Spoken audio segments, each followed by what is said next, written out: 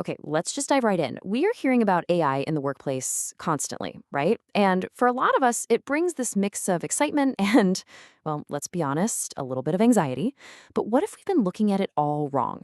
Today, we're going to reframe the whole conversation and start seeing AI not as a replacement, but as your new, really powerful collaborator. And that really gets to the heart of it, doesn't it?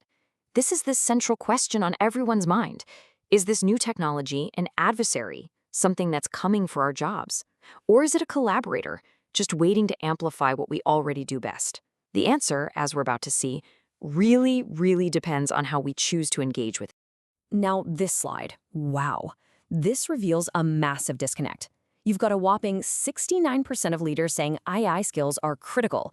But then look at that second number, a tiny 7.5% of workers are actually getting extensive training. I mean, that's not just a gap, it's a canyon, and it's the source of so much of the tension we're feeling at work.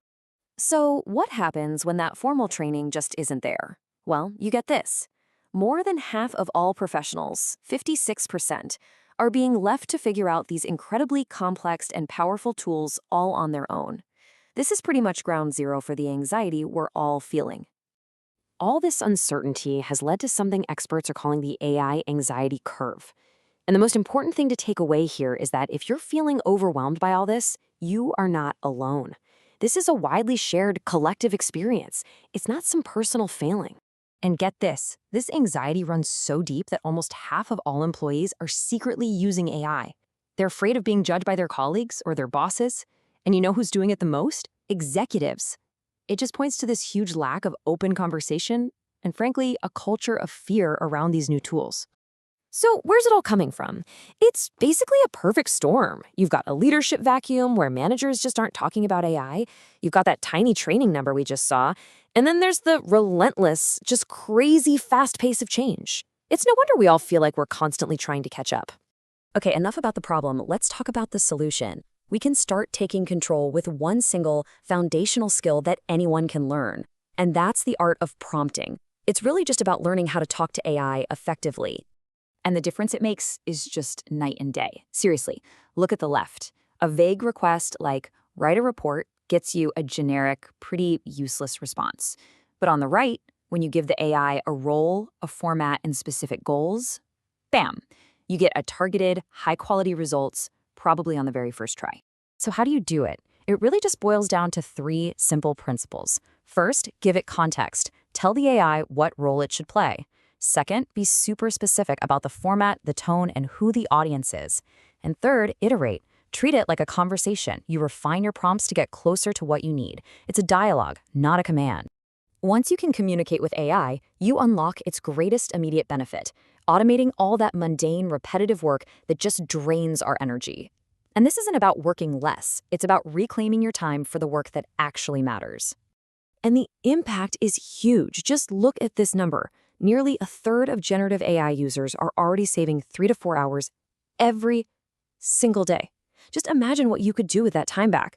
More strategic thinking, creative problem solving, or, just connecting with your team. This is what the new division of labor looks like. Let AI handle the data entry, the first drafts, the research summaries.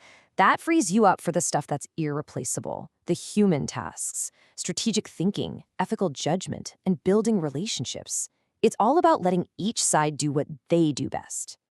But true mastery, real AI literacy, isn't just about knowing what AI can do. It's also having the wisdom to know what it shouldn't do. And establishing clear ethical guardrails is every bit as important as learning how to write a good prompt. The key here is just to be cautious. You should never use AI for final decisions that affect people's lives without a human in the loop. You want to avoid it for high-stakes work like medical or legal advice, where accuracy is everything. And here's a big one. Never, ever put sensitive company or client data into a public AI tool. I love this quote because it just sums it all up perfectly. True AI literacy, true wisdom in this new era, is knowing when to step back, when to rely on human judgment, and when to say, you know what? This is not a job for a machine. And that leads us to what might be the most empowering part of this whole explainer. As AI handles more of the routine work, our uniquely human skills, they don't just stay relevant. They become our greatest competitive advantage. These right here, these are the skills that define our value now. Empathy, ethical judgment, strategic thinking that comes from lived experience, and the ability to build trust and relationships. These are things that AI can maybe simulate, but it can't truly replicate them. This is your human edge.